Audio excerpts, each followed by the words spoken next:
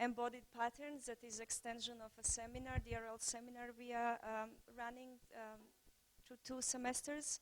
And I'm very glad to be able to present somehow a real scientist this evening, because the seminar is somehow trying to develop some sort of dialogue with certain key ideas from science, and it's nice to have somehow some sort of input or information directly from the source. And you guys read some of the texts from Lambros during the course. And the reason why I invited Lambros, because maybe I should just quickly read his bio and then explain why I decided to invite him for this particular research. So Lambros Malafouris is a PhD Post-Doctoral Research Fellow. I guess just completed his degree at the MacDonald Institute at Cambridge University. His research interests lie in the archaeology of mind, cognitive sciences, and material culture studies. Since 2006, he's also a member of the European Platform for Life Sciences, Mind Sciences, and the Humanities, founded by the Volkswagen Stiftung. His recent publications include Material Agency Towards a Non-Anthropocentric Approach, The Sapient Mind, Archaeology Meets Neuroscience, and The Cognitive Life of Things, Recasting the Boundaries of the Mind. So basically, when I first time encountered Lambros' work, quite recently in fact, it really reminded me of, because when we work with students somehow, and especially in recent years, I somehow almost half-jokingly say we are making mutants almost with you guys, because you are somehow, there almost seems to be a revival of the idea of material practice in architecture, or a very strong focus of working materially in design. And recently, with this general convergence of matter and information, maybe the instruments of computation is just accelerating that process. So often with students we start somehow introducing them into this computational and material logics through working on physical models and somehow working directly with material behaviors. And then we often hear these comments, or students calling these things creatures or entities and things like that. So there is a very strong feedback going on with the material systems, and as I was saying, accelerated with these computational things. And what I realize when working with you guys is also that somehow the learning curve is much faster if we actually start with the direct material engagement, even with these rule-based systems, computational systems. The other thing is that with every next generation, we notice somehow faster learning curve, which is also quite interesting. I was teaching at Columbia before, and it was in New York, and it was the same case. And then we somehow see this almost evolved psychology happening in the States. Some psychologists are saying that all these kids are basically having attention deficit disorder, and they're putting them on Ritalin drugs. But on the other hand, the other side is saying that this is a sign of evolved psychology. So because of this kind of nature of design search that is changing from this old model of architect being this deterministic genius author that does a genius sketch and then gives it to a poor engineer to somehow figure out how to build it. Lately in architecture we have this much more participatory or relational field between the materiality, between, let's say, structure or material behaviors and the actual process of or ecology of design search. So to me, somehow Lambros' research was talking directly to that, to this issue. So I'm really glad that we can hear more about this directly from the source tonight.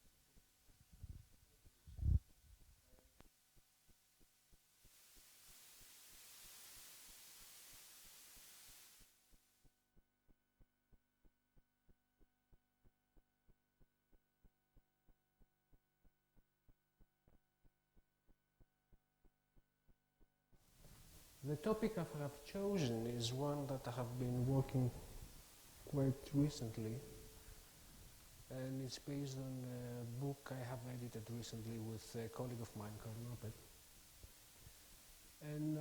that links quite nicely with some of the ideas that I feel are relevant to this Embodied Pattern Seminar Series, and of course to the issue of materiality and material culture that I believe links my work with some of the things that's going on here. So I guess my talk will be more philosophical than scientific today though, but I hope that this might give you a more broad perspective to see how it can help you see things and see materiality in a different and even more active way than you used to do. So the topic will be material agency. Let me just a minute.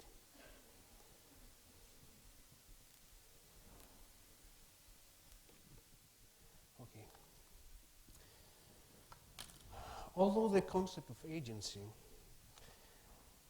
is much contested, both within social and cognitive sciences, it is usually approached from a narrow anthropocentric perspective.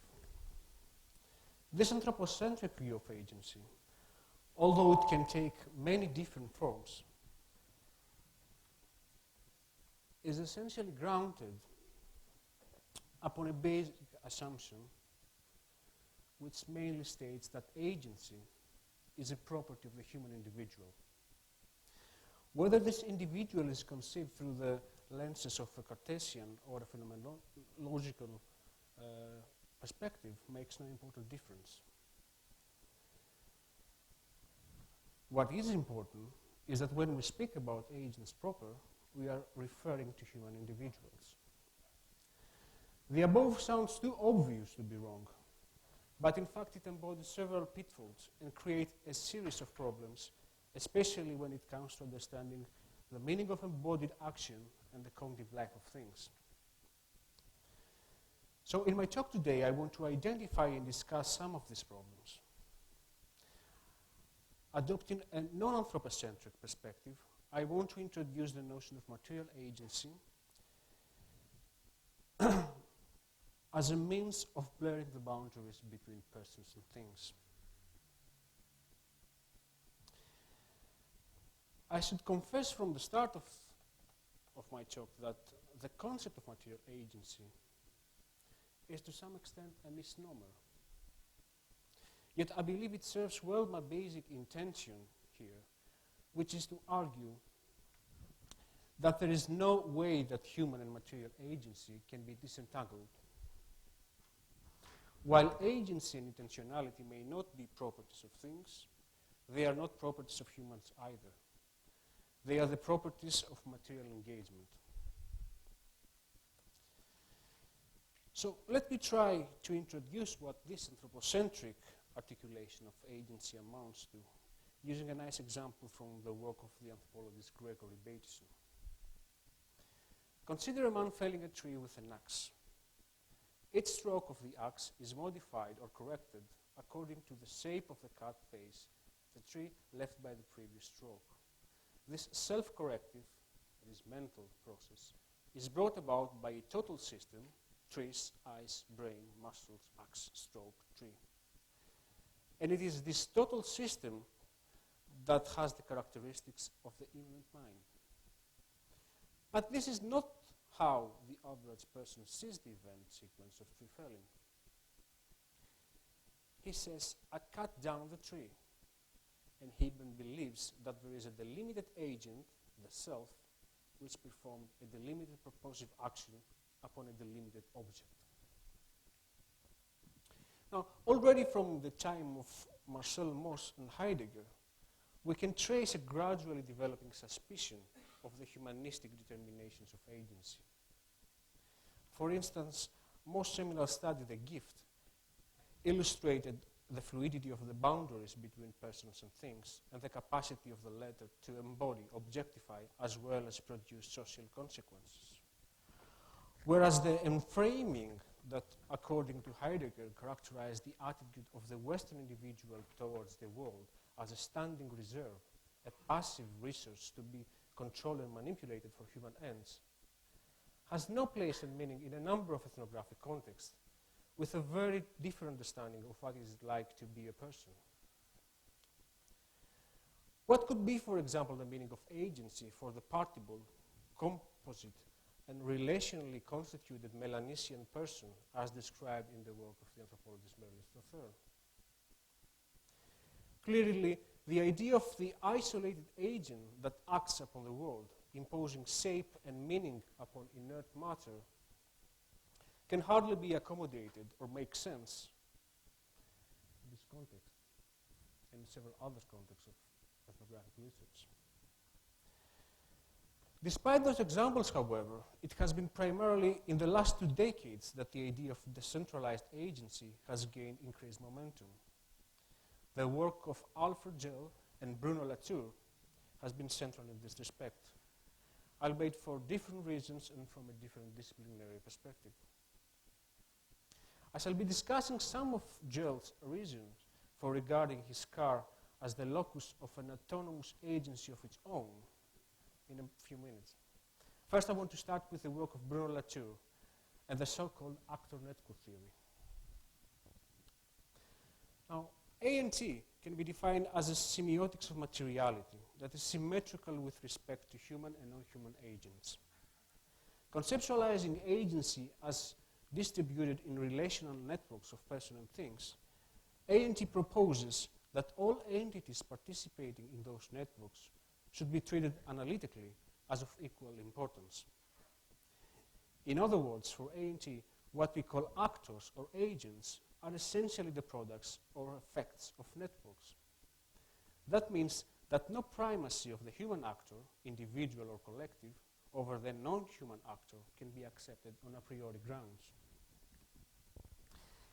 This may sound as yet another attempt to reconcile the 2 traditional oppositional poles of social theory, that of agency and structure, but in reality is something quite different. In drawing material things into the sociological fold, the aim of actor-network theory was not to overcome this contradiction, but simply to ignore it and develop what Bruno Latour calls a bypassing strategy. Consider, for example, the famous question about whether people or guns kill. According to Bruno Latour, to answer this question, we need to move beyond what is acceptable in either the materialist or the sociological account of activity. Both accounts start with essences, and essences result in antinomies, and antinomies are the reason that modernist theories fail to capture practice. The following quote is characteristic. What does the gun add to the shooting? In the materialist account, everything. An innocent citizen becomes a criminal by virtue of the gun in her hand. The gun enables, of course, but also instructs, directs, even pulls the trigger. By contrast, the sociological version renders the gun a neutral carrier of will that adds nothing to the action, playing the role of a passive conductor through which good and evil are equally able to flow. According to Bruno Latour, what both accounts, materialist and sociological, fail to recognize is that agency resides in the blind spot in which society and matter exchange properties. Neither the isolated gun nor the isolated individual can bear the responsibility for the act of killing. The responsibility lies, on the one hand, in the way those 2 agents come together to construct a new hybrid agent, the gunman, and on the other, in the socio-technical network that supports and makes possible such a meeting. Action involves a coalescence of human and non-human elements, and as such, the responsibility for action must be shared among them. No distinctions between human and non-human entities can be sustained in terms of agency. A speed bump, to use another famous example, does more than simply remind drivers to slow down. In addition to being a passive speed controlling device, the speed bump is at the same time a sign and a moral agent. exemplify, the primary role of a traffic sign, usually iconic, is to communicate as clearly as possible and on the basis of some well-established conventions, a visible message to which the driver may or may not conform. At least the sign itself has no such direct enforcing capacity. The speed bump, however, embodies no such communicative purpose. In this case, we leave the negotiable representational realm and we enter into the territory of brute yet meaningful material relations. In this realm, the medium is the message, and as such, to ignore or misinterpret the sign has immediate and direct physical consequences. Enactive material signs are often non-negotiable. Very simply, and indeed advisably, under normal conditions, we do not engage a speed bump from a hermeneutic perspective. However, this shift in the kind of signification, delegation as Lecture calls it, is not without cost. Because the initial altruistic statement of slow down so as not to endanger other people, by being expressed in concrete, becomes something new. Being objectified, the statement takes on a new meaning, which this time can be seen to embody a different and rather selfish morality that can be expressed as follows. Pass over me in a speed that will allow your back and your car suspension not to suffer any damage. Now, to illustrate further the implication of this point, I will use a different example, taken this time from Latou's paper, Technology is a Society Made Durable. It concerns a practice quite common until recently in several European hotels of attaching large cumbersome weights to room keys in order to remind customers that they should leave them at the front desk before going out. The reason behind this strange innovation seems to be that an imperative statement inscribed on a sign, please leave your room key at the front desk before you go out, appears to be not enough to make customers behave accordingly.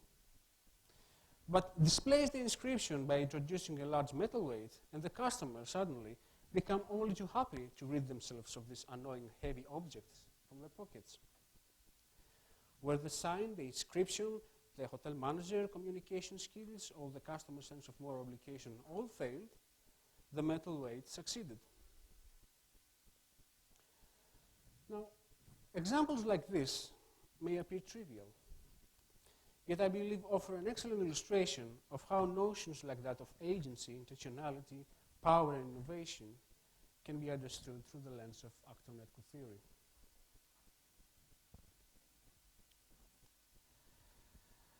The diagram that you see here can help us visualize our previous example as a dynamic socio-technical trajectory. This trajectory has been divided into 4 major stages that define the dialectics of power involved in this particular case. More specifically, the actor network is here presented along a vertical and a horizontal axis.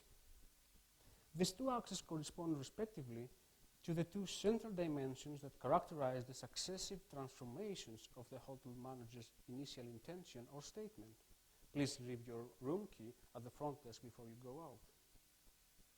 In particular, the horizontal axis, end, corresponds to the number of actors which are being attached or added to this initial statement, whereas the vertical axis corresponds to the number of substitutions that are being gradually introduced in the network in order to power over the resistance or neglect of the customers to that message.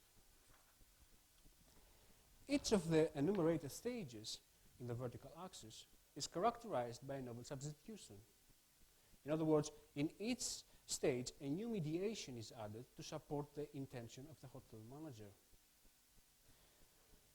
And finally, the bold dividing line that cross-cuts the successive stages of the process separates those agents, human or material, that participate in the action program, in the left of the diagram, from those that resist the action program, to the right. There is one key point exemplified by this diagram that I want to underline. The objectification of a statement, as we have also discussed previously in the speed bump example, is not simply a more effective and successful transmission of that statement, but instead a translation, displacement, and as such inevitable transformation of its initial state. The meaning of the statement, far from remaining stable, is constantly transformed along the way in accordance with the semiotic affordances of the apparatuses that are drawn into the system.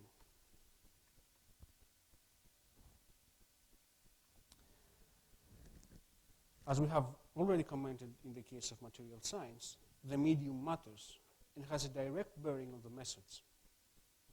By the same token, the initial statement of the hotel manager may read the same, but it is no longer the same. Customers no longer leave their room keys. Instead, they get rid of an unwieldy object that deforms their pockets. If they conform to the manager's wishes, it's not because they read the sign, nor because they are particularly well-mannered. It is because they cannot do otherwise. They don't even think about it. The statement is no longer the same, the key is no longer the same, even the hotel is no longer quite exactly the same. In real-world practice, we are never faced with isolated objects or abstract social relations and institutions. We are faced instead with chains which are associations of humans and non-humans. Power, intentionality, agency are not properties of the isolated person or the isolated thing. They are the properties of a given chain of associations. The crux of the process lies specifically in the temporary unfolding causal coupling between the program and the anti-program. More specifically, the number of loads that one needs to attach to the statement, the stages of the program, depends on the customer resistance, the anti-program. And as long as this process of accommodation and resistance continues, the overall structure of the system remains unpredictable.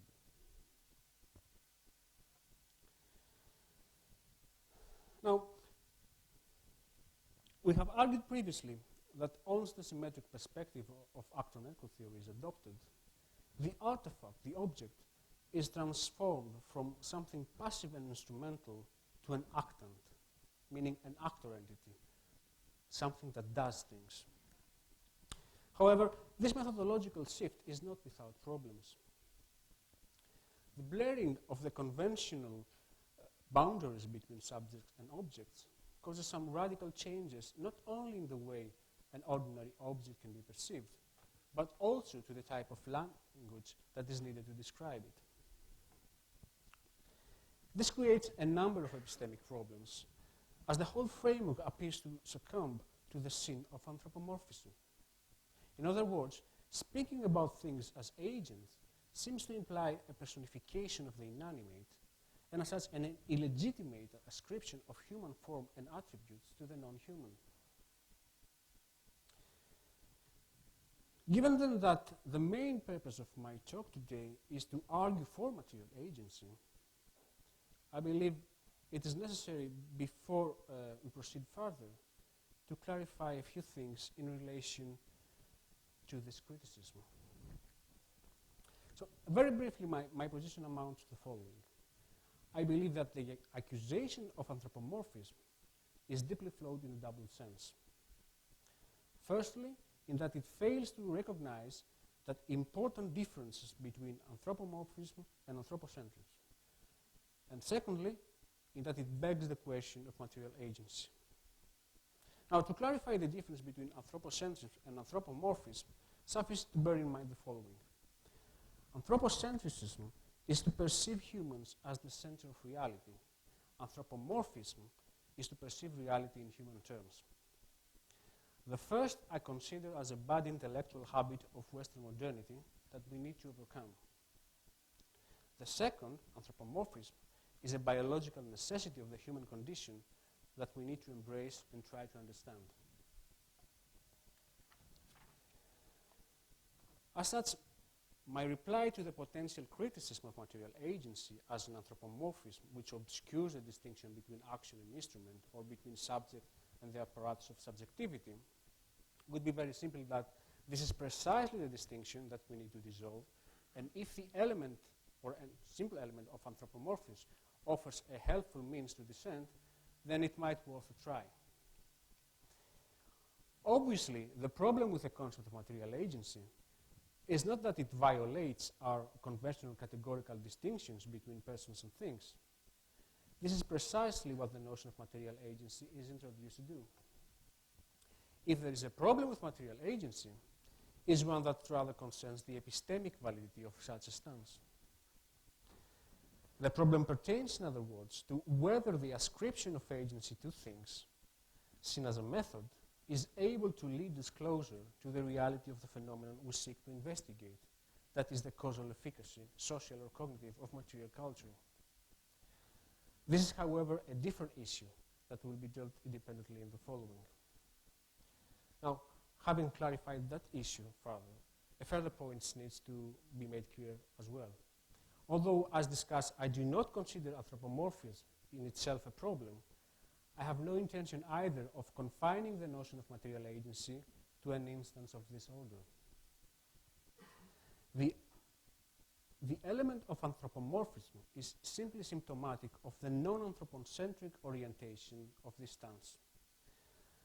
The concept of material agency is much broader and more complicated than a kind of anthropomorphic stance for looking at things. In fact, if there is a notion that can be seen to resonate well with what material agency is really about, it could be that of fetishism. Only this time of a slightly different kind, one we might term, following Apagrai, methodological fetishism. That is, a return to the things themselves as socially alive and active in a primary sense. I believe that if we are to develop a discourse able to penetrate the mutual constitutions of persons and things, then a kind of methodological fetishism may be the necessary precondition for undertaking the key task of exploring the cognitive and social life of things. But let me exemplify more precisely my intention of turning the customary anthropological accusation against the study of material culture into a method. The notion of fetishism is known mainly on the basis of its association with two major intellectual traditions, that of anthropology, where it is associated primarily with the study of religion and animism, and that of Marxist theory and the famous fetishism of commodities. To avoid the unwanted connotation of this term, I want to clarify that my use of it relates in particular to neither of the above intellectual traditions. Instead, it refers to the underlying cognitive processes responsible for the generation of those objects or phenomena labeled as fetish. These cognitive processes have been identified and broadly categorized by anthropologist Roy Allen as follows. First, we have concretization. Although any culturally modified or unmodified object can become a fetish, this becoming always involves a process of objectification. Whatever its physical form, stone, nail, relic, icon, etc., the concretization of abstraction is an intrinsic quality of the fetish. Second, we have animation, anthropomorphization. This second prominent feature of those things called fetishes is that they involve the attribution of qualities and properties of living organisms. They incorporate, in other words, organic metaphors. This does not necessarily mean that the fetish needs to resemble or look like a person. It simply means that the interaction between person and fetishes resembles interaction between persons rather than interaction between persons and things.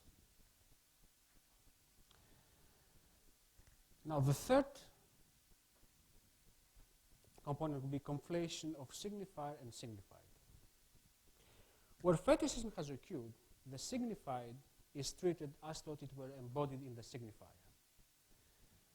The process of objectification often results in material objects that operate as things signified.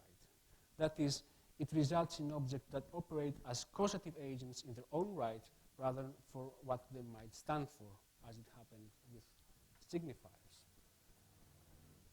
And finally, we have the ambiguous conceptualization of power. Fetishism involves an ambiguity of agency. That means it is characterized by an ambiguous relation between control of object by people and people by the object.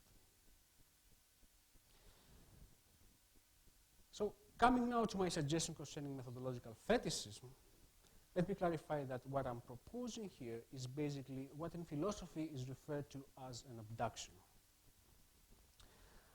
Now, abduction, as we know from the time of the philosopher and semiotician Charles Peirce, is a process of hypothesis formation that instead of the usual inductive logic draws on a metaphoric one. Very simply, first you hypothesize some resemblance between a familiar phenomenon or domain of experience and the unfamiliar that you seek to explain, and then you project the properties of the familiar domain onto the unfamiliar. If the abduction leads somewhere and has an impact on your initial problem, then it is worthy to be pursued further. In our case, I consider material agency to be the unknown domain of experience that we seek to explore, and I hypothesize the properties of fetishism as being the familiar domain to be abducted. In other words, the properties of fetishism are abducted and projected into the general domain of material culture and used as comparative reference point for detecting the agency of things. The basic idea in the above is quite simple. If the social and cognitive life of things is the phenomenon you seek to understand, then methodologically speaking, it is more sensible and productive to treat material things as agents and be wrong than to deny their agency and be wrong. There is, however, a further feature that distinguishes the path of methodological fetishism from other approaches to the study of agency in material culture. This feature lies more precisely in the recognition that the closest parallel to the idea of a material agent that we have is not that of a person, but rather that of a fetish. This important recognition of what methodological fetishism as a conceptual apparatus embodies can protect us against the danger of treating material agency as a homologous and isomorphic extension of human agency. As the archaeologist Chris Gosden very nicely points out, objects can be seen to be active, but they are active in the manner of objects, not in the manner of people. The point I'm trying to underline with this quote is not that the active nature of material culture should or could ever be understood in its own independent and objective terms. Being active either in the manner of object or in the manner of people is to engage in activity.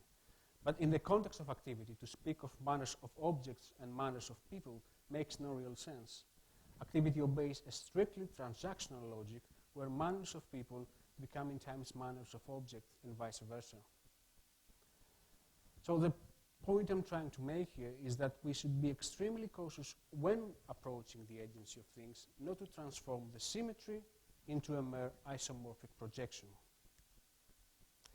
And indeed, this seems to be precisely the problem that arises with Alfred Gelt's differentiation between primary and secondary agents, which I will turn to discuss now. The position that Gelt adopts in respect to the issue of agency is made clear already from the first chapter of his most influential book, Art and Agency. In the section entitled Paradox Elimination, Gelt gradually unfolds in close sequence what may be conceived in turn as the strongest and weakest parts of his theory. Starting with the former, we have his insightful definition of agency. Because the attribution of agency rests on the detection of the effects of agency in the causal milieu, rather than an unmediated intuition, it is not paradoxical to understand agency as a factor of ambience as a whole, a global characteristic of the world of people and things in which we live, rather than as an attribute of the human psyche exclusively. What, however, follows this definition a few lines later is an unnecessary and, to my mind, unfortunate differentiation between primary agents, defined as entities endowed with the capacity to initiate actions, events through will or intention, and secondary agents, defined as entities that not end with will or intention by themselves, but essential to the formation, appearance, or manifestation of intentional actions. This differentiation appears, at least to my mind, inconsistent and contradictory with the crux of Gell's theory in a double manner. On the one hand, it seems to imply that Gell accepts that intentionality is a criterion of agency attribution, and on the other, it violates the above-mentioned symmetry between persons and things. To call humans primary agents is to place, ontologically speaking, human intentionality before material engagement, before practice. Whereas to call objects secondary agents is to make them look like people, but with certain deficiencies of intention. But is this really the only way that Gell's differentiation between primary and secondary agency can be understood?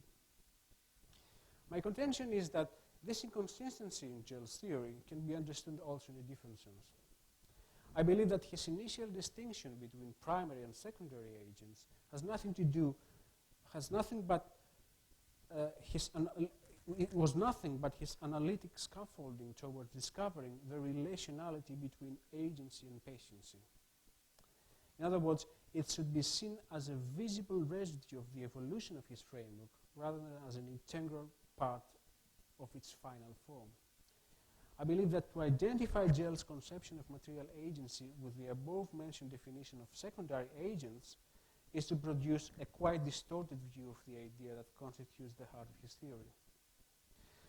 As Gell clearly states, the concept of agency is employed in his theory in a strictly relational rather than categorical sense. The question of agency is raised in an attempt to underline the fluid dialectic between agents and patients as states to be acquired in practice and not as a priori categorical positions. My car is a potential agent with respect to me as a patient, not in respect to itself as a car. It is an agent insofar as I am a patient, and it is a patient, the counterpart of an agent, only so far as I am an agent with respect to it. As such, we need not allow ourselves to become trapped in the artificial dichotomy between primary and secondary agents. This would blind us to Gell's subsequent insight, namely that the terms of primary and secondary agents does not refer to persons and things as entities, but to the states of agent and patient as ontological moments or ingredients which both persons and things equally serve. This is precisely the point that methodological fetishism aims to illuminate by projecting the ambiguity of agency that characterizes the interaction between persons and things, in the case of fetishism, into the general domain of material culture. It is against this conceptual background that the argument for material agency as a form of methodological fetishism is built. The argument is not for an either-or choice between human and material agency, nor for extending a human property to the realm of materiality. The argument is that agency is not a property, but the emergent product of the irreducible tension of mediated activity. Within this situated dialectic of activity, material or human predications of agency make sense only from the perspective of power relations. An agent is defined as any element which bends space around itself, makes other elements dependent upon itself, and translates their will into a language of its own. This is a condition that in any given process of material engagement can be equally satisfied both by persons and things, the only difference being that in the latter case, that of things, this process can be sealed in a black box and sink below the surface of our conscious horizon. In the dynamic tension that characterizes the process of material engagement, sometimes it is the thing that becomes the extension of the person. At other times, it is the person that becomes the extension of the material agent. There are no fixed agentive roles in this game, but a constant struggle towards a maximum grip. Agency as an emergent property cannot be reduced to any of the human non-human component of action. It can only be characterized according to that component that at a given moment has the upper hand in the ongoing phenomenological struggle. As is the case with most of the notions associated in one way or another with the realm of material engagement, agency should be approached as an open concept. That means that it cannot be framed as an essence, but instead as a process in need of continuous rethinking and amendment. We simply cannot step outside the realm of material engagement and define agency in terms of a fixed set of necessary and sufficient conditions. The important question is not what is agency as a universal property or substance. The important question is rather when and how agency is constituted and manifest in the world. To treat agency as the natural property of human beings is to adhere blindly to an image of personhood visible from the distorting Cartesian lens of Western modernity, and as such to strip the notion of agency from any analytic value and significance. Approaching agency as a fixed phenomenon, it is to take as the starting point of analysis what should have been its end. The only available starting point and obligatory point of passage for the emergence and determination of agency is that of material engagement. First, the hand grasps at the tool in the way that the tool are forced to be grasped. Then the action becomes skill. Skill affects results, and from those results that matter, agency emerges. With respect to agency, there is nothing to be found outside this tension of mediated activity, and this is precisely the area to which we should look for its manifestation, human or material. Agency is a property or possession neither of humans nor of non-humans. Agency is the relational and emergent product of material engagement. It is not something given, but something to become realized. In short, as far as the attribution of agency is concerned, what an entity, thing or person is in itself does not really matter. What it does matter is what it becomes and where it stands in the network of material engagement. So to conclude my talk for tonight, I have suggested that a shift from asymmetric and anthropocentric conception of agency towards non-anthropocentric and symmetric ones will affect a radical change in the way we conceptualize material culture, able to bring us closer to an understanding of the ontology of the artifact and the active nature of material culture. I propose that agency should not be perceived as a fixed property of humans, but as the emergent product of engagement in the world. As such, recognizing and examining the agency of things essentially means penetrating the dialectic of resistance and accommodation that emerges through and is constitutive of the processes of material engagement. To this end, I have proposed the strategy of methodological fetishism. A prerequisite for the success of this process, however, is to move from the representational to the performative idiom. That means asking not what the thing stands for, but what the thing does, and which reality does it bring forth in the world. As I have mentioned already at the beginning of my talk, the concept of material agency, provocative as it might sound, is to some extent a misnomer.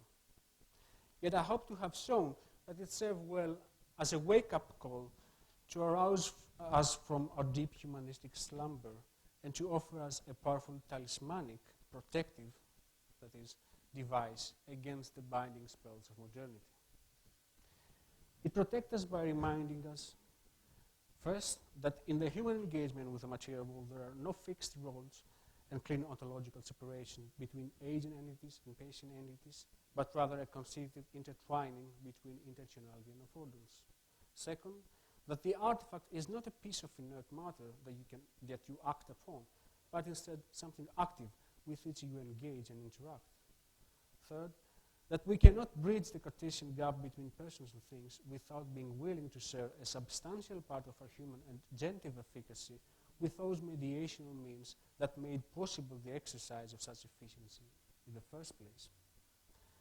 Fourth, that the social universe is not human-centered, but activity-centered. and that activity is a hybrid state of affairs. And finally, that agency and intentionality may not be innate properties of things, but they are not innate properties of humans either. They are the emergent property of material engagement. So thank you very much.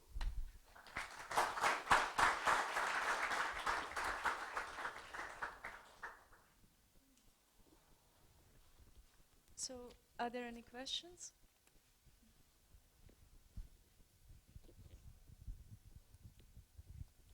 I'd like to ask you about teleology. I would have thought surely that all events are either the result of human will or natural forces, but human will alone has some notion of final ends and final purposes.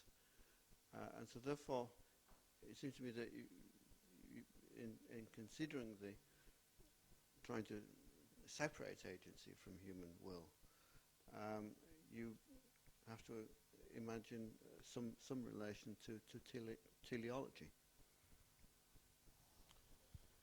Teleology. I'm not quite sure whether teleology is actually something that you could use as a concept to characterize the sort of argument presented here. The problem of teleology is that it involves a rather strong determinism, meaning that the end of a phenomenon or event is already written somehow or present at the beginning, meaning that the fact that A will cause B is predetermined, and that means this is the sort of teleological thinking. It's not this sort of determinism that is being involved in what I call material agency or what I call material engagement, because there things get far more complex, far more interactive, and properties are emerging, and when you have emergence, it's very difficult to speak about teleology. So I'm not quite sure whether this was what you wanted to. Well, my sense of agency, sometimes it seems as if one is speaking of direct expression of will. Mm-hmm. And I guess that's what you're seeking to criticize in some way. But there are other senses in which one sees that an agent is a secondary effect. For instance, you may employ an agent to carry out your work, as in a detective agency, for instance. But when human beings engage upon courses of action, they have purposes in mind, and the purposes, if they think the things through, are ultimately referable to final aims and final goals. And that's what I mean by teleology. Everything else then is a kind of chain of consequence in which agent-patient, it's rather like in Paul Clay's analysis of active, medial and passive. Any one in a chain can be active, medial or passive in relation to the others. But there is a notion, if you say, well, what in the human world, there is, we can't speak of teleology in the natural world unless you are some kind of divine determinist. You believe that God's set everything in motion. But in the human world, human action has aims and purposes. And everything follows from that. And there are final and ultimate aims and purposes. Yeah, I'm not denying that humans have this teleological stance, this intentional stance, if you like, that I'm willing things to happen, and I'm causing things to happen, and I'm feeling that I am the one who is causing things to happen. What I'm trying to say is that even when I am standing here and this is a chair, and I'm saying I will move my body and go and sit on the chair, and I feel that I am responsible for everything that's happening, for all my belief and for my intention, what I'm trying to say is that this chair, the design of this chair, and this chair as a cultural artifact, because it's not something natural, it's a cultural artifact, has its own affordances that has a great deal to do with what I feel is my intention to go and sit in that chair. But a lot of my intention is coming from that chair and from the design of that chair, and not from me. But I'm feeling that I am always the agent who is causing things. What I'm trying to say is that quite often things themselves are causing things, even if we try to, or we feel that we are responsible for everything that's going around us. Thank you for that wonderful lecture. Quite deep. My question is more on the object. I think it's, if I understand the agency, it's the interrelationship between the human and the object. And I guess, in a way, you start to define the object, or maybe that's the question. Could you start to define the object in its, let's say, evolutionary development in time via the interaction between the human and the object? Does the object start to change its role? In other words, in architecture we talk about performativity, and that performativity, the material performativity of certain architectural element or the architecture itself, has to do a lot with the material engagement in itself as well as its engagement with the user. So it's an interaction process.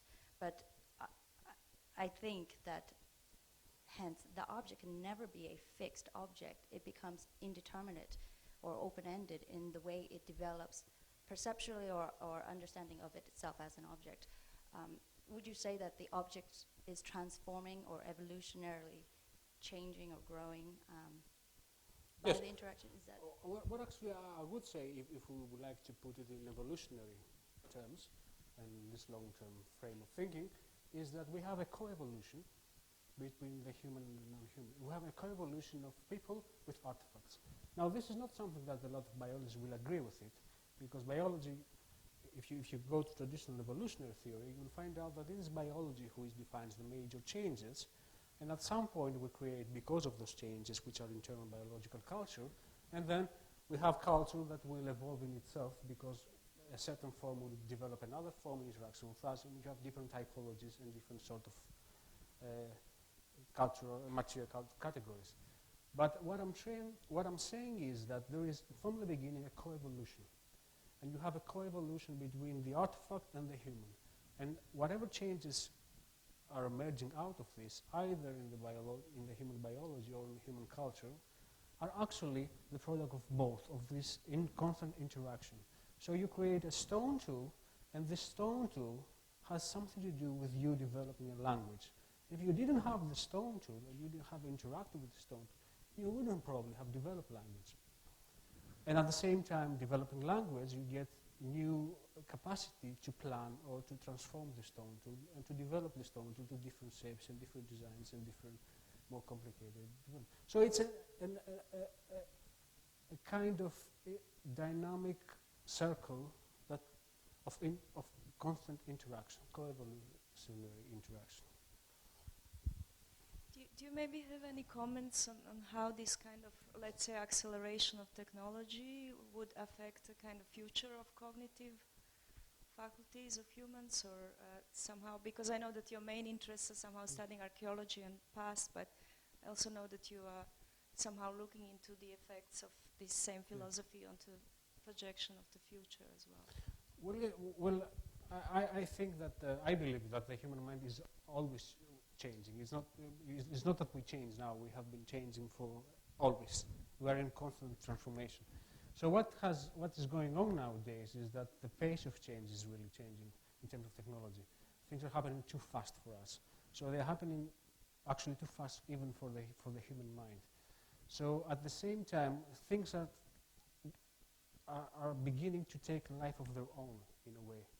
So they don't actually wait for us. They develop their own abilities, and we try to simplify that system that we have available so we can work with it without necessarily often gaining something out of it. I mean, there are technologies that are quite smart in themselves nowadays, but they don't really make us smart. sometimes quite the opposite. But at the same time, if you see the whole thing as the big picture as a system, you have an evolving extended mind that is certainly different and I think far more intelligent than before. But not necessarily at the level of the individual, at the systemic level, at the level of the system. Any other questions? Can you be loud or should we?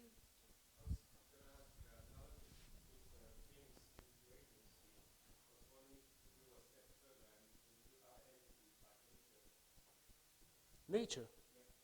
Yeah, actually this is a more simple step because in terms of ecological thinking, I guess that the argument about non-human agency, not in the sense of material culture, but in the sense of other forms of life and animals and as something that has this capacity of agency is already developed. So yes, I don't mean that only things in the sense of material things or artifacts should be considered. If you expand your definition of agency, you have to involve anything. And whatever you use and whatever you think through it, and we use and think a lot with ecological features and not only of material culture. So yes.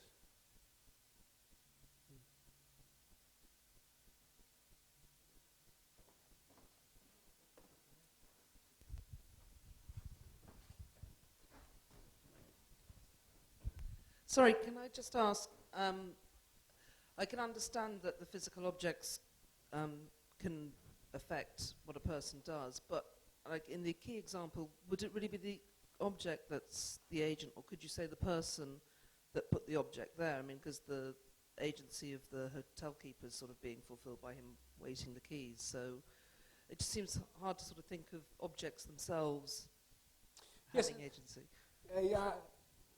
Yeah, I can see your point. I mean, these are the sort of questions of prime mover questions, I call them. Yes, there is a certain person that put the key there, and there is a certain designer who made that key, but why do we need keys? I mean, this whole process, if you start to go back step by step, who is causing what, you'll find out at the end that, again, you end up with relations and not with any specific human that is the starting point that causing all the sequence of events. So yes, you're right to say that, I mean, but this key was built by someone or put there by someone. But the question is, why do we need keys in the first place? We need keys because keys is a social phenomenon. We need to lock doors, and we lock doors for social reasons, not for... So again, you end up with quite complex social chains of association and design. You know, I like a lot your approach to discuss that way, but I think there's a danger, and probably it goes back to the first question, because as soon as you decide to decentralize agency and say that it is distributed in the material world, then the problem is that you have to get rid of the intentional level, the intentional stance, and try to explain behavior in terms of the design. And I'm not sure whether this is the best explanation that you can give to the behavior of human beings in the world. So if you want to explain why someone is doing something, you won't look at the design or the relationships within the system, but you will try to explain it in terms of intentions. So there is a sort of problem there, and I'm wondering whether agency is really what you want to talk about, or whether you just want to get rid of agency altogether and say that what we're talking about is basically affordances. Look, I agree that agency is a rather problematic term because it has quite different meanings and quite different levels of explanation. But on the other hand, is a simple term that really can make you think differently about something that you take for granted. So yes, intentionality is key, but what I'm trying to say is how you come to have these intentions. I mean, intentionality is quite often treated as a given, but intentionality is not a given. Intentionality comes against the background. I mean, the philosopher John Searle, who is one of the has written a book on intentionality, he has this key term, the background. And the background is all those things that surround you, all this material that surround you, and actually determines the way you move and what you are going to do and how you're going to do it. And we don't actually bother with it. We don't know what to do with it. But this is like the dark matter of intentionality, let's say. It's there. It certainly has a big effect, but we want to forget about it and feel that we are the precious intentional agents that has this precious capacity of intentionality. So I'm just trying to say that we need to think again, to rethink those notions in a more broad sense. And this might be difficult for a philosopher or for a psychologist, for a neuroscientist, but I am an archaeologist, so I spend my life dealing with things, dealing with material culture. So I know well material culture. I know well what things can you do and how much can you learn by studying material culture. So I know that it really has properties that have not been properly studied so far. And that's why I speak about material agents instead of devising a new term. You can propose a new term and say, okay, look, agency is problematic, let's call it something different. But if you do that, what I have found out, it's happening, and this applies also to cognitive archaeology, the whole debate about the human mind and extended cognition, and why we call extended mind, and just forget about the whole concept of mind and speak about social relations of material relationships, is that even if I won't be speaking about agency or mind, you are going to speak about agency, and you're going to continue to defining agency in the sense that it's been defined for many years without leaving any room for materiality inside it. So this is the sort of thing I'm trying to do. I'm trying to make people think differently. And clearly, Eskimos make igloos, and Sahara and a Tuareg would not make an igloo because there's no snow there wherewith to make the igloo. So there's obviously a reciprocality between intentionality and the available material wherewith to fulfill the intention. I can see that. I could also see that there's a kind of systematic agency in the sense that individuals are members of tribes and societies and so on, and their wishes and their intentions and their prime motives and their ultimate aims may be part of those systems, undoubtedly are. I'm not sure what material agency could amount to. I mean, systematic agency, yes, I can play with that. well, material agency is it's a conceptual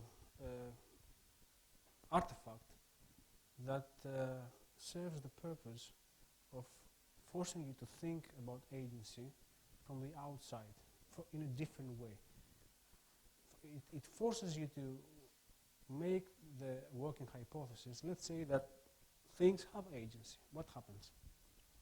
Let's try to explain the phenomena we are dealing with under this hypothesis that things matter more than we think about. Now, this might not seem to amount to much now, but it is really important, and it becomes more important if you look at areas where this is really of significance. For instance, I'll give you an example. If you look at experiments with animal cognition, they are using material culture to make a certain experiment. Now, they treat material culture as something that doesn't really matter. So they say that, look, we have this monkey that managed after training or not or whatever to develop this behavior or this capacity that is close to what we have in the case of humans. But if you start thinking that materiality matters, and it matters a lot, and it can shape and it can help and can scaffold your thinking, your intentionality, and your selfhood and many different things that usually we don't think in this way, then it might well be that this materiality of the experiment is not the passive background, but is the reason that you get this behavior. So actually what happens is that the behavior emerges because of the context and because of the artifact that the animal is using. So it's not, so simple that, okay, I guess it is a notion that has a lot of problems, and I know that it's not easy to provide definitions about what is this or is that. But at the same time, if you go the safe, if you follow the safe avenue and you want to be safe and secure, then I don't see many things changing about it. I mean, people will continue to think the way they think, and they never consider that, look, this might actually has an important bearing on how I interpret or understand my experiment, let's say. So, Okay. I don't know. Yeah. Thank you, Lambros. I think with this we would conclude tonight. Oh, you have one more question? Okay, just one. I would like to ask a question more about the performance, or maybe a bit more on a scientific level, a vague scientific level. When you were suggesting changes in performance of physical objects or of the artifacts, the appearance or the performance was a physical change. For instance, with the key in the hotel, some kind of performance changed, which was a physical mutation, variation of the artifact. Now, when we talk about the human, the change is more behavioral, a cognitive change that you're talking about, and that's one scale. But I would like to, if you could refer to a different scale, to the more maybe neural or more the difference in performance in the very small scale, in the very micro scale, which actually brings forward the behavioral aspect. Yes. There are changes at the micro level.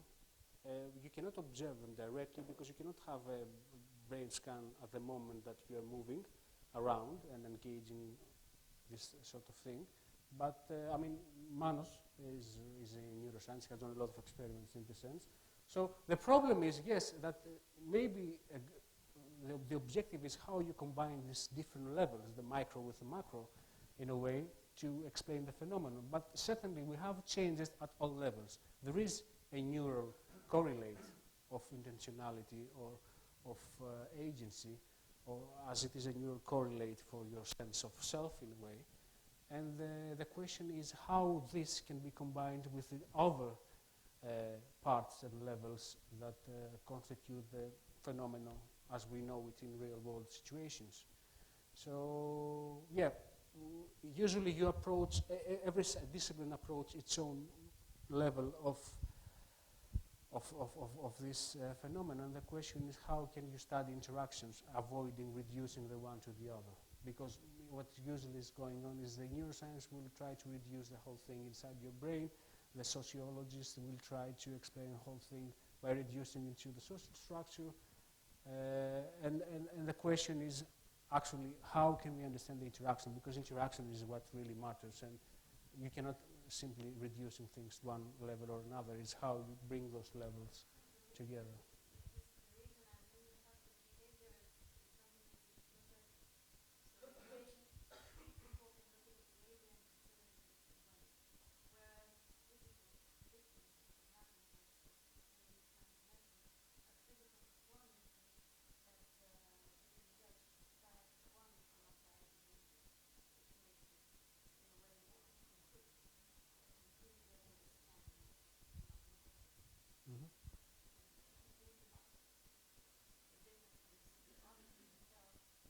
Yeah.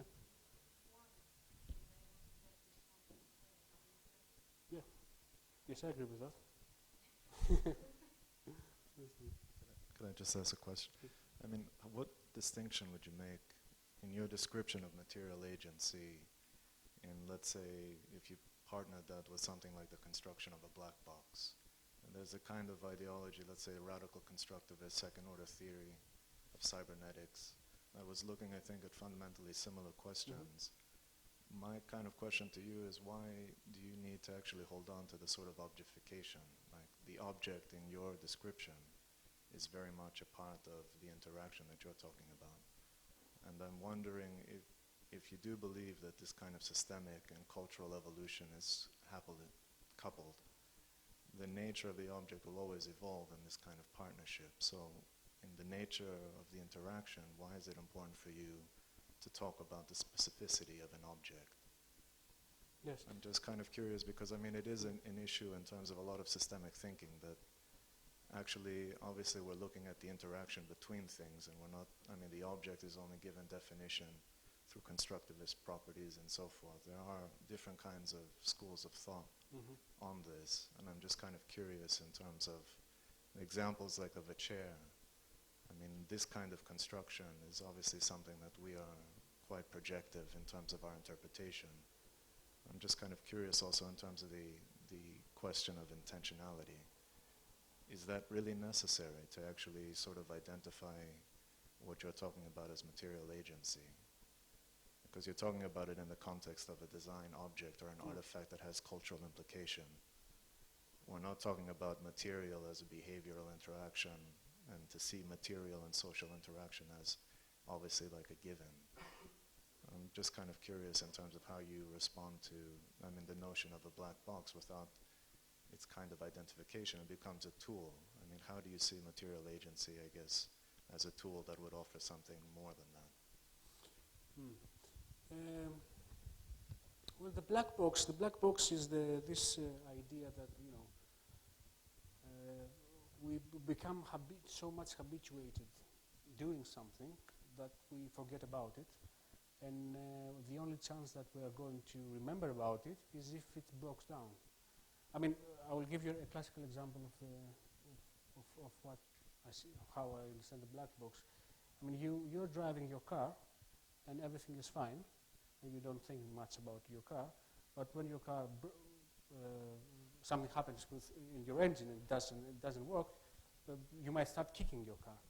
So the question is, why are you kicking a car when the car has nothing to do with, and it's not something that you should be interacting with. And it is because the black box that is called the car that's doing all these sort of things has broken down. It's the same with turning on the light switch. I mean, it's a statement of causality. Pressing the button is a statement of causality. When you don't think about that, but our children, not from the past, but quite recently, are starting at quite early age to play with pressing buttons. And pressing the buttons is, for me, one of the most explicit ways to become an agent, because you press the button and something happens, so you feel that I caused that happen.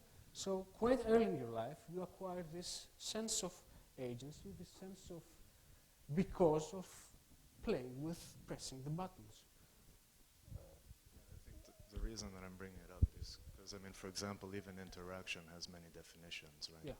There's a difference between a kind of interaction described as reactive and maybe something like more like conversation theory and so forth, which were some of these kind of tools that weren't so prescriptive. It doesn't identify how we start to engage, but the nature of engagement. And I'm just kind of curious because you use the word interaction as part of the descriptive force of material agency.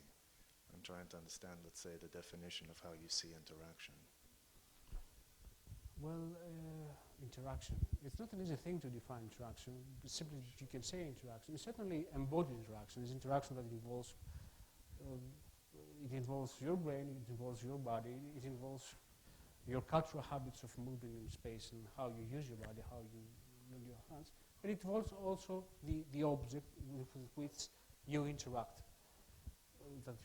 with. So it's a network, and I think the use of emphasizing interaction is that it protects you from reducing the things in the one or the other direction. I mean, interaction is a safety net that will protect you from reducing a set of phenomena to something other.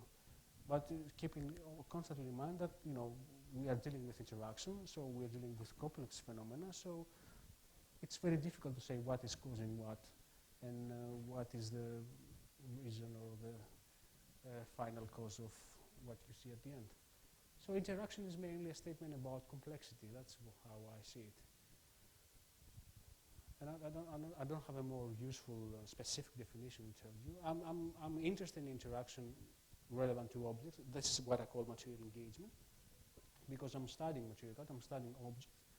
And I think that the object has some very important functions.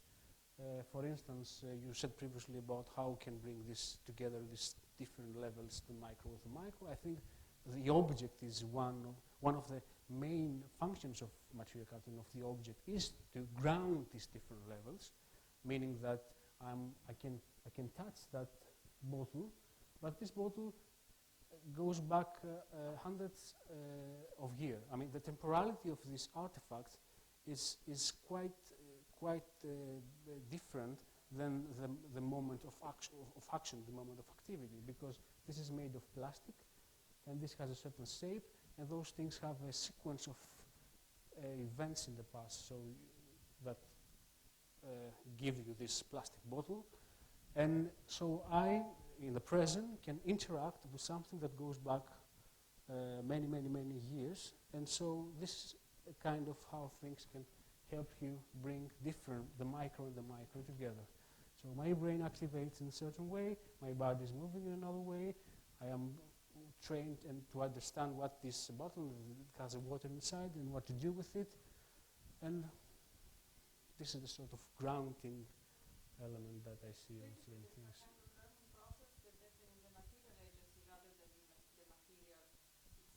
Mm-hmm. Because as designer, we often think about the chair as something that could learn itself, like thinking about material that could learn or could actually evolve. But we are talking about a learning that is more shift on the pre-material level, on the cultural level, on the agency that learns itself. Mm-hmm. In a way. Yes. Well, I think that the object is embedded already in a culture. I mean, it's a cultural object anyway. It's not simply a chair. It's not simply design and culture. You cannot separate the two. It's always design is grounded in a certain context, a certain period. It has history and it has culture, and it has also the personal element of the designer. And all together, we give you this.